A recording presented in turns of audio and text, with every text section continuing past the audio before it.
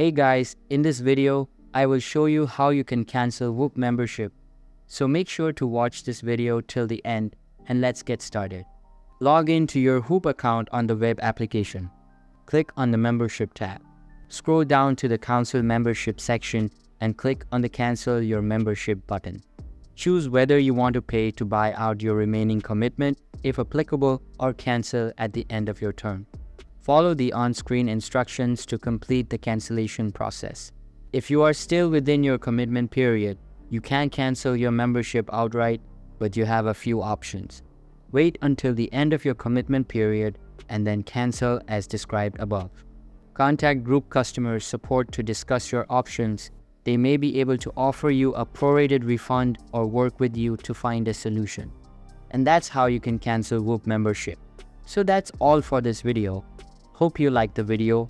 Thanks.